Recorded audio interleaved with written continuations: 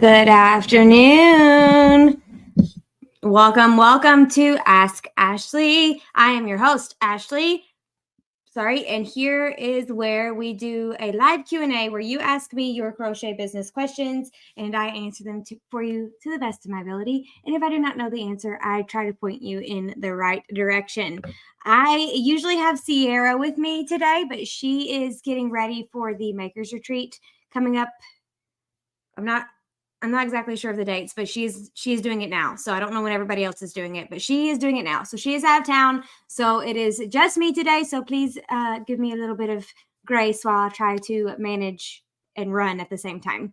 I'm going to go ahead and jump in. We have one question already from Megan. So I will start with hers and then you guys can just start popping in your questions in the comments. I will see them. I will star them and then I will answer as many as I can in our 30-minute window together.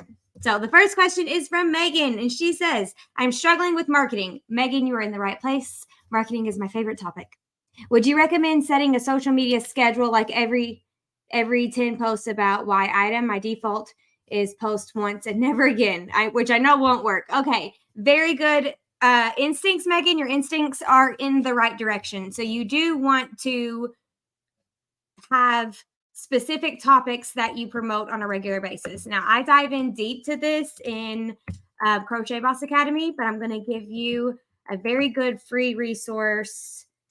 Jasmine Star Instagram. The free video that she's got that you will find extremely helpful. Copy link address. Here it comes. Coming right at you, Megan. Hi, Diana. And in that video, Jasmine talks about how to create categories for your business. Some people call them pillars, and they talk about having specific pillars that you talk about on a regular basis for your business. She also talks about topics in that video, and I ignore the topics portion because the only thing that really helps me is the categories. And the categories that you set up for your business are going to help you come up with your caption. So categories, caption, CC. And you want to talk about different things throughout your social media posts that are important to your ideal customer that have to do with the products that you sell. You don't want to say, please buy my thing every day because nobody is going to resonate with that emotionally. You want to engage with people on an emotional level. You want to relate to them as a human being. You want to meet them where they are. You want to solve their problems. You want to raise their quality of life with your products. So some go-to categories that most business owners can or should use would be about me. So about you as the person, behind the scenes. You could even have something like about your family, if it makes sense for your brand and your ideal customer and the products that you sell. You can do my why, where you regularly talk about why you started a crochet business in the first place. There's so if you watch that video, she'll give you a couple more examples. And then you'll want to come up with some that are very specific to your business. So for my business, one of my categories is encouragement. I like to make sure I'm encouraging my audience on a regular basis. One of my categories is community. I like to share about other people within our community, what they're doing, promote their products, promote their free patterns, things like that. So that's one of my categories. So you want to do, you want to create categories. Jasmine Star recommends having about 9. That way, every 9 posts, because when you look at Instagram, you see 9, but that was like before Reels. So I don't even know how many. I guess you still do because they kind of crop it when you go to somebody's profile. You see 9, their last 9 posts. So Jasmine recommends having 9. It really doesn't matter how many you have, but you want a decent variety. So you're not saying the same thing every day, but not such a big variety that you're all over the place and you're not niche down. So 9 seems to be a good sweet spot. So what I would do is write down those 9 categories that you're going to start using and then get a blank calendar, something like this, and write in each of your categories. So like the first, about me, the second, behind the scenes, the third, community, the fourth, encouragement. And then I would write them all out and then write what you're going to post about that day. So if you know that your post needs to be an encouragement post, how can you encourage your audience in this current season? So maybe you sell Claire Bun beanies, and it's beginning of fall where we are in this part of the world. I don't know what part of the world you're in, but where I am in the part of the world, we're getting into colder weather very slowly. So you could talk, maybe your people struggles with self-image or mental health. Maybe that's a part of your brand. Like you've tied that in to the products that you sell, and you give them, maybe you give them a affirmation that they can write on a sticky note and put it on their mirror, and take a picture of yourself with your Claire Bun beanie on, looking at yourself in the mirror, looking at your sticky note on the mirror, and that says you're a rock star or whatever that you would want to say on it. And then just say, I just wanted to pop in your feed today and let you know that you are special, you are beautiful, whatever it is that you want to say. And then give them the tip of putting it on a Post-it note so they can see it every day. You're not saying go buy my Claire Bun beanie. You're saying you're helping them with something very important to them, very important to your brand. You're being encouraging, you're lifting them up, but you have a picture, you are wearing your Claire Bun beanie in the picture. So that's how you post about your things without saying, hey, go buy my things. And you would want to do that ideally every day. That's the goal, okay? Every day is the goal. Start slow. Do every other day.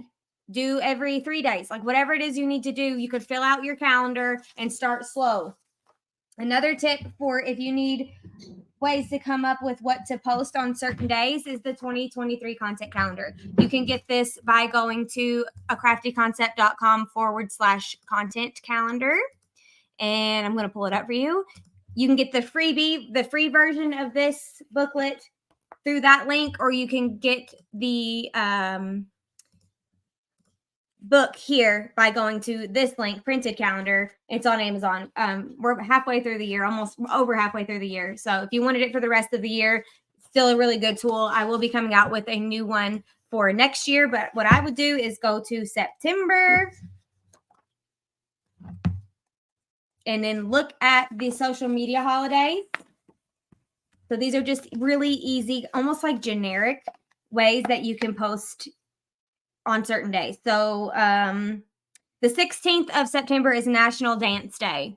If you're an extrovert, if you like to do funny TikTok dances, today would be a great about me post where you say, you might not know this, but I actually danced all 10 years of my middle and high school experience. I don't know. Share something about yourself on National Dance Day if that made sense. International Peace Day is on the 21st. Talk Like a Pirate Day is on the 19th. National Day of Encouragement is yesterday. International Podcast Day is the 30th. Maybe you use that as an encouragement post and you share one of a podcast that you listen to on a regular basis. That's very encouraging. And when you post a picture that day, maybe you post a picture of a cell phone laying on a table with that podcast on the screen, and then some of your stuff that you sell laying around it in a way that makes sense to like what you're talking about with the podcast episode. So Megan, I hope that was helpful. Thank you for your first question and getting us started here for today's Q&A. Hopefully that was helpful for you. I'm not seeing you hanging out in the comments. So if you're not here, I hope you're catching the replay. Either way, I hope that was helpful and get you some brain juice to get you started. Next question is from Natural Creations 40, and she says, I have been thinking about doing a market. What advice do you have for items to sell and set up? So this is extremely common inside of the crochet community. And there are a lot of business educators in our community that will answer this question in the way that you want to know. You want to know what are some things that you could make and sell that would do well at markets this year. I would like to encourage you or challenge you to think about, instead of saying, what can I make that will sell well this year? I want you to think, what does my ideal customer need during fall? If you just make a bunch of one-off items for your market, just because you're trying to do well at your market, you're not going to grow your brand. You're not going to raise brand awareness. You're not going to create return customers. You're not going to get referrals from the people who shop at your booth. You want if you are trying to grow a business, you want every single thing that you do in your business to work harder, not smarter, not harder. You don't want to waste a single second of your time. If there's anything we know as entrepreneurs, it feels like there's never enough time. And if you're wasting your time, that's going to be very bad, right? We do not want to waste what little precious time that we have. So if you are wanting to set up at markets, my recommendation is to set up a booth that attracts your ideal customer and meets her where she is for this season. So if you sell little girl accessories, what can you sell at markets this year for fall and winter? If you sell plushies and you've built a business around education of some way, maybe you include like fact cards about different animals that you sell in your plushies. Maybe you include some pretend play tips and tricks. Maybe you talk about teaching your kid how to read, whatever it is that you do with your plushies that's important to you and important to your ideal customer.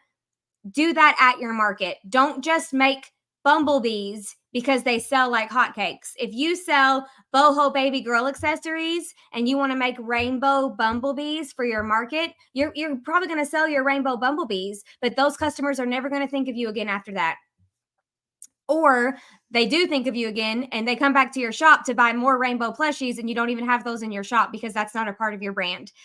I would recommend doing everything you can to grow your business, not just one-off sales.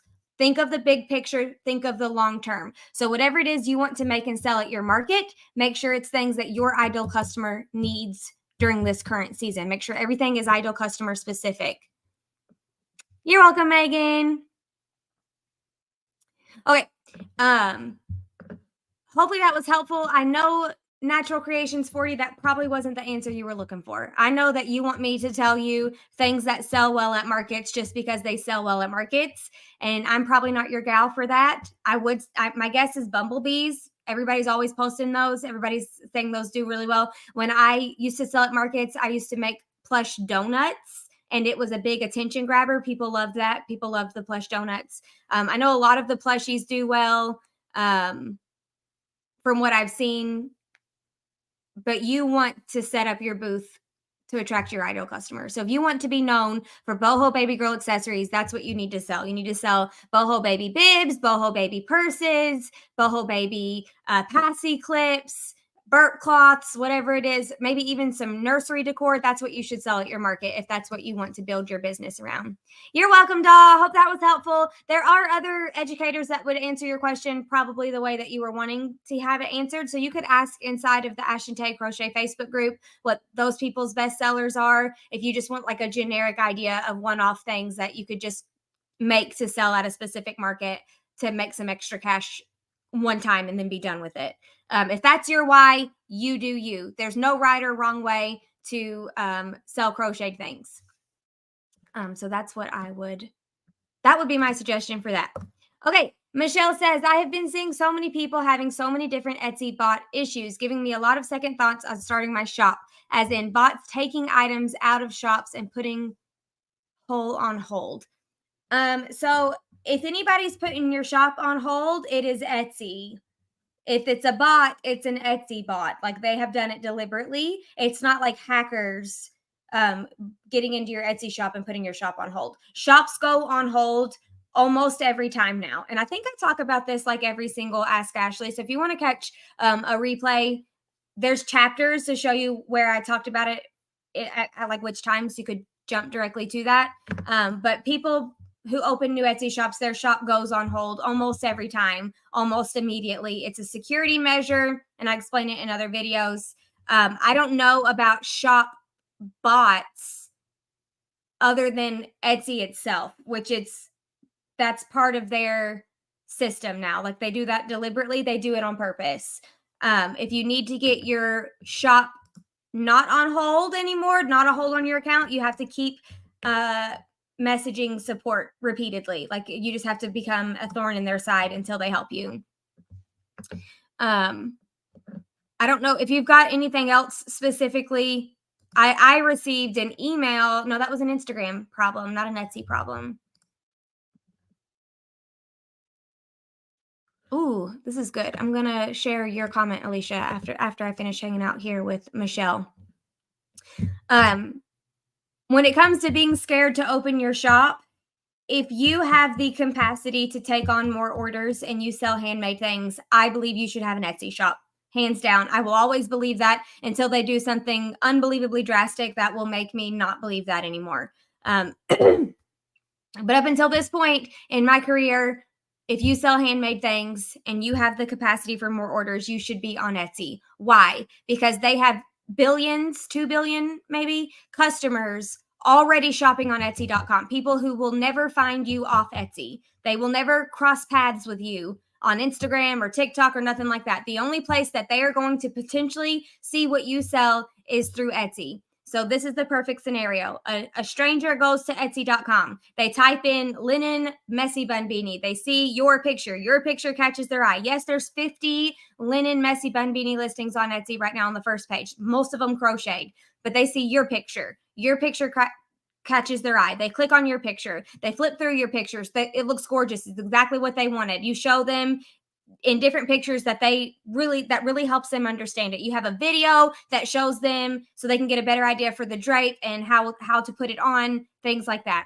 They go through, they read your description, they read a couple reviews just to make sure you're on the up and up, and then they buy your thing. You package their order, you write a handwritten thank you note, you include a business card or a QR code of some way to get them to follow you on social media. Maybe you give your 5-star reviews a shout out and you say, if you review this product, I will be giving you a shout out on Instagram. Be sure to follow me at A Crafty Concept so you won't miss it. And then you entice them to follow you on Instagram, or even better, sign up to your email list. They sign up to your email list. They follow you on Instagram. They start engaging with your content because you're serving them well through your categories that we already talked about at the beginning of this live. And then they become true fans of your brand. And the next time you release a new product, you're going to share it on Instagram, and then they're going to buy it immediately because they have been waiting for you to release it. They saw your teasers. They saw you going through the process, and now you shared it. And they go to buy it immediately. And they tell everybody about you. They always tag you when they post a picture of themselves wearing your Claire Bun beanie. They always buy Claire Bun beanies for the women in their families for Christmas time because they found you on Etsy. That is the only way that they found you. That is the only way they would ever find you. Etsy is very large. It gives you a very wide range of people to have access to your shop that you would normally not have access to at all. Should I have an off Etsy shop or an Etsy shop? Yes, you should. You should have both of those things. Not at the beginning of your journey. If you're first starting out, just do an Etsy shop. It's quicker, it's cheaper, it's easier.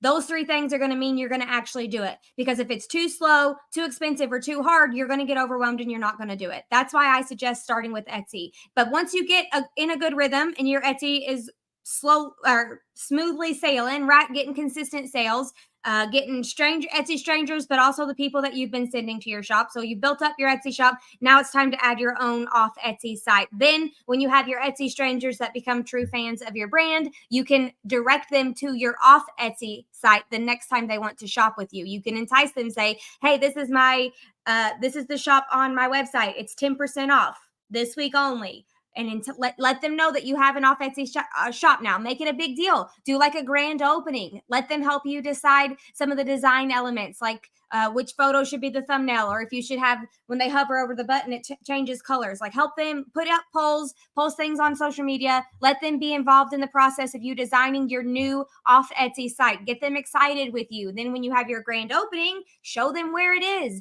Get them used to going here instead of going to Etsy. And then you're going to pay less in fees. And that customer will be your true fan for the life of your business. And you will train her to shop in your off Etsy site. But you found her through Etsy, and you would have never found her if you weren't on Etsy. She would have never found you. So that is why I believe you should be on Etsy. Yes, they do weird stuff. Yes, they add in stuff that's a headache, but it's not your business. It's like not your crochet business. It's Etsy. You are separate from Etsy. We will play their game to be able to use their services, which are extremely good for the price. Extremely good. Honestly, they could raise their prices and keep raising them, and it would still be extremely good because the benefits outweigh the cons, in my opinion, all day, every day. So let me hop on over here and see what we got going on. I have seen a major 5-star shop have 5 items taken off their shop with no reason other than a bot did it and no replies after 2 weeks of contacting them. So if it was a bot, it was an Etsy bot, not just like a hacker. If they took something out of their shop, it could have had copyright infringement.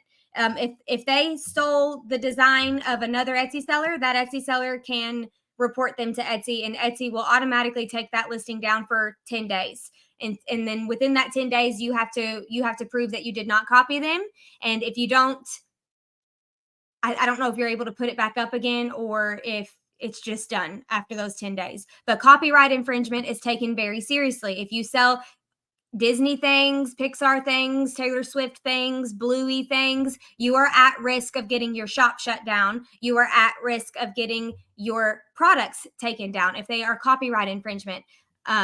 Or if they go against Etsy's terms of services. There's things that you are not allowed to sell. The things have to either be handmade, vintage, or a supply or tool to make something like fabric or glue.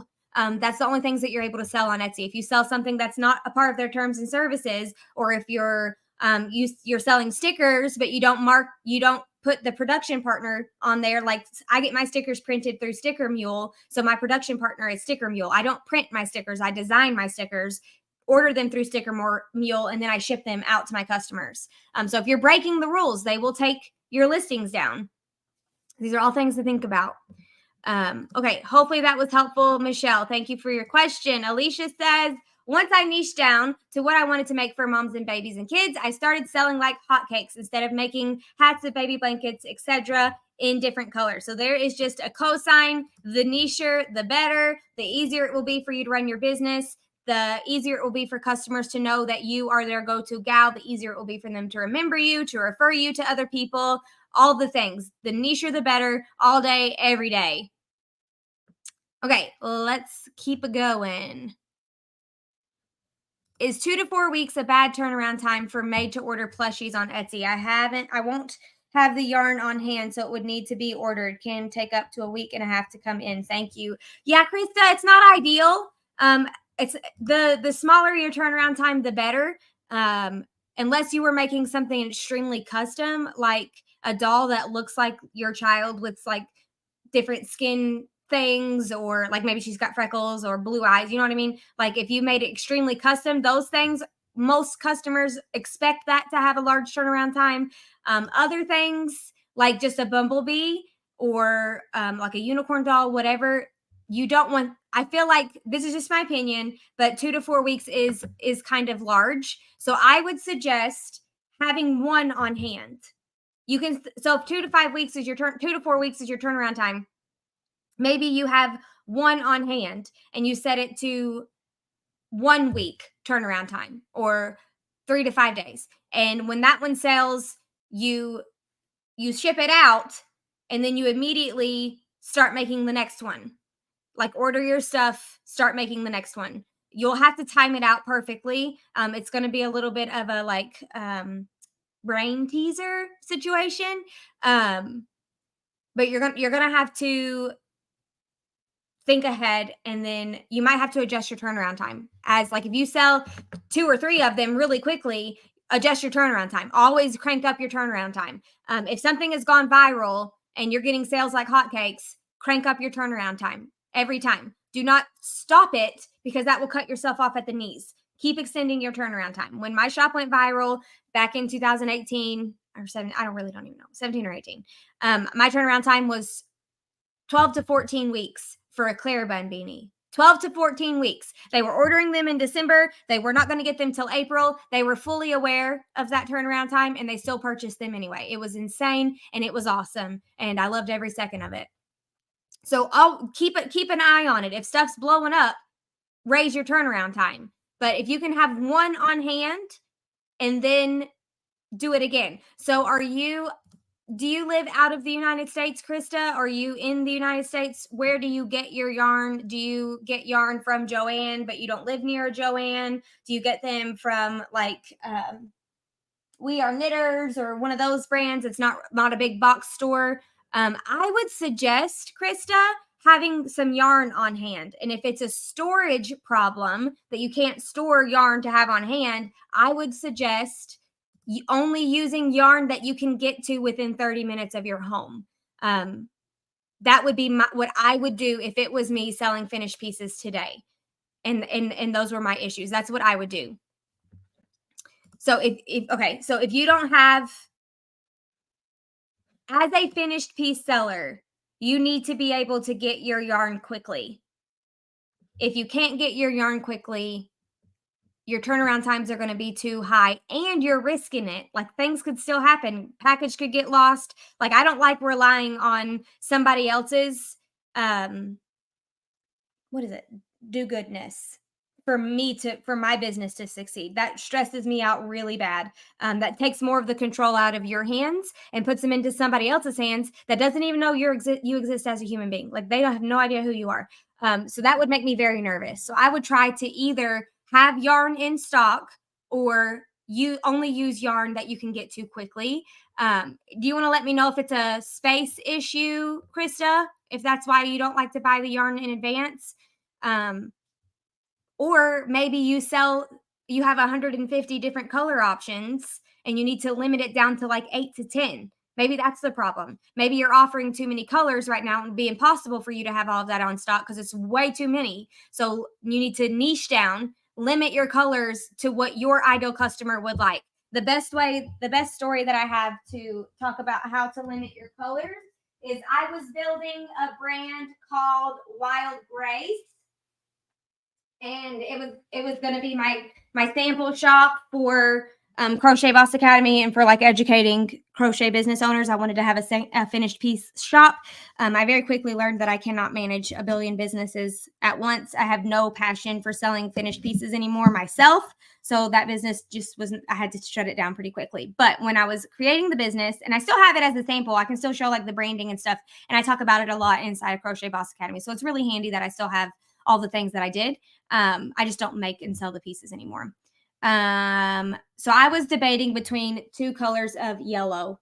I know this isn't yellow. I know that, but they both serve the same purpose for my color palette that I was coming up with. This is tobacco and this is mustard. And my color palette for my brand was boho baby girl things. And so bohemian colors, right? Boho colors, muted rainbow, more neutral shades of different colors. I wanted a variety of colors. I had like 8 to 10 colors, but I wanted it to be in a specific color family, which was the boho muted colors. And I was trying to decide between mustard and tobacco. This is tobacco. And I thought, well, I'll just do both. They're obviously different. I'll just do both. The more options you give your people, the less sales you will get. They will get overwhelmed. They will be like, should I get the mustard or the tobacco? They're both so pretty. I'll think about it and then come back. And they will never come back. That's what you need to make it an easy yes. And the easiest way to do that is to limit your options and limit the clicks that they have to take from I want that to sold. If there's a billion clicks, if there's a billion decisions that have to be made, I will go to the next Etsy shop. I do not have the brain power to build my order for you. You, the shop curator, should have the perfect products already lined up for your perfect ideal customer. So I chose the color and I went with tobacco because this is more of boho feels. Has a more bright to it. So I went with tobacco. But that's maybe you need to limit your colors. We got some conversations happening. I love it. Okay.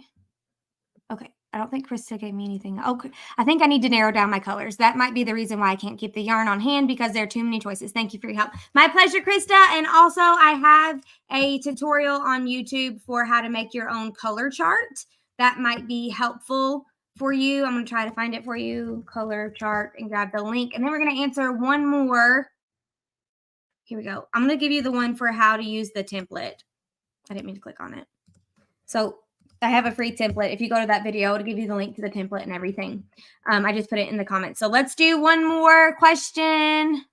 Megan says another vote for Etsy. Folks worry about the fees, but I did the math on an in-person market and the booth fee was about 10% of my total, which is a higher percentage than Etsy takes. It's a good way to think about it, Megan. Refer me to a website where I can buy things. If you want wood things, I would suggest All This Wood. If you want faux leather type things, I would suggest Angie and Britt. Okay. Everything you can have sew stuff together. Daphne makes tags. Oh, we got lots of people coming in with the tag suggestions. Sorry, I'm trying to look at all the comments. Okay. Daphne, I don't know what Creole is. And so you're going to be doing crochet tutorials like patterns, and I don't teach how to build businesses doing crochet patterns. I teach finished piece sellers. That's my area of expertise. So that's where I pour all of my mental energy. But Crochetpreneur, I think, teaches how to do pattern stuff. So she might have some video tips for you. Taylor of Taylor Lynn Crochet. Oh, okay. Sorry, Daphne.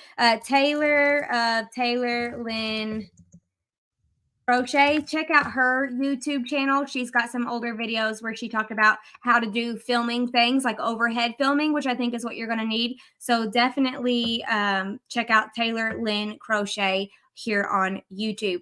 Okay, friends, we are at 2:30. Thanks for being here. Thanks for hanging out. Thanks for asking your questions. We will be doing Ask Ashley for the rest of September at 2:00 p.m. Eastern Standard Time. Those of you watching the replays, I see you. I appreciate you. You are hustling, taking in this information, even if it doesn't apply to you directly. Just the act of learning regularly is going to set you up for success. You are teaching your brain what is important to you, and your brain will start looking for it in other places. So you are doing a great job. You are doing a fantastic job.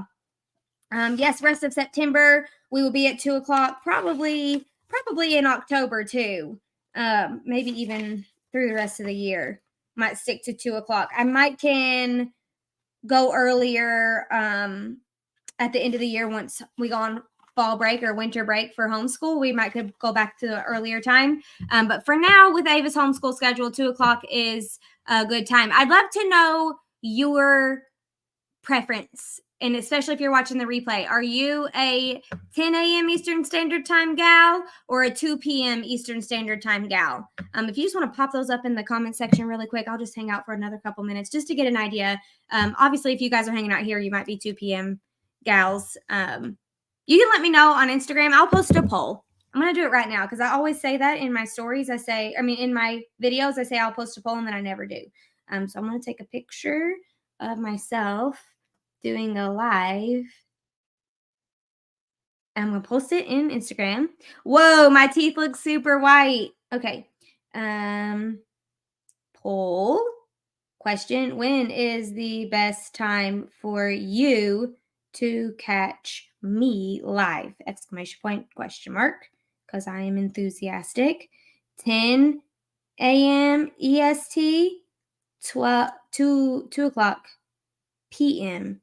EST. 10 o'clock a.m. EST. Okay. Done. Okay. If you could let me know on my Instagram stories. It is posted. It is live. I can't forget because I already did it. Okay. Thank you, guys. You're the best. Have a great day and a great rest of your week. And I will see you next week, same time. Bye.